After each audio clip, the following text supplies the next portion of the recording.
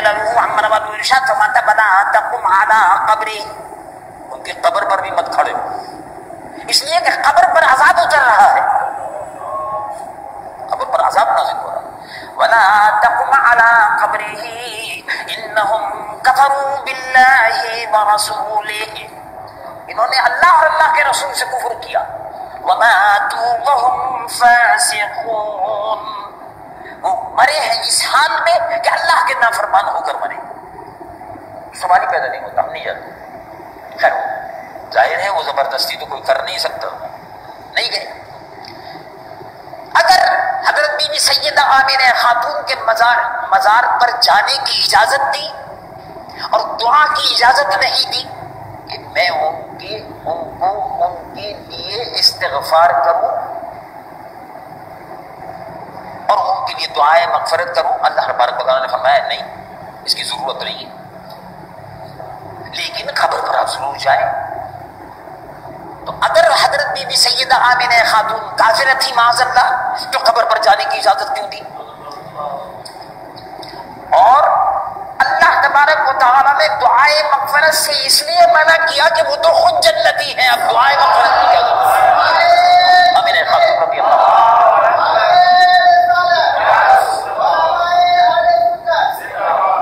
حضور پر نور سید العالمین محمد الرسول اللہ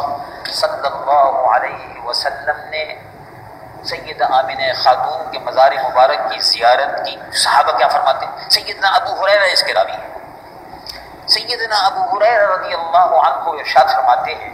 فبکا رسول اللہ صلی اللہ علیہ وسلم، جب حضور قبر مبارک پر گئے والدہ ماجدہ کی تو رونے لگے۔ وہ حضرت سیدنا ابو ہریرہ راوی حدیث مسلم شریف میں ارشاد فرماتے ہیں فبکا رسول اللہ صلی اللہ علیہ وسلم وبکینا معہ، اور ہم بھی حضور کے ساتھ روتے رہے، اور اس کے بعد پھر حضور واپس تشریف لائے۔ معلوم ہوا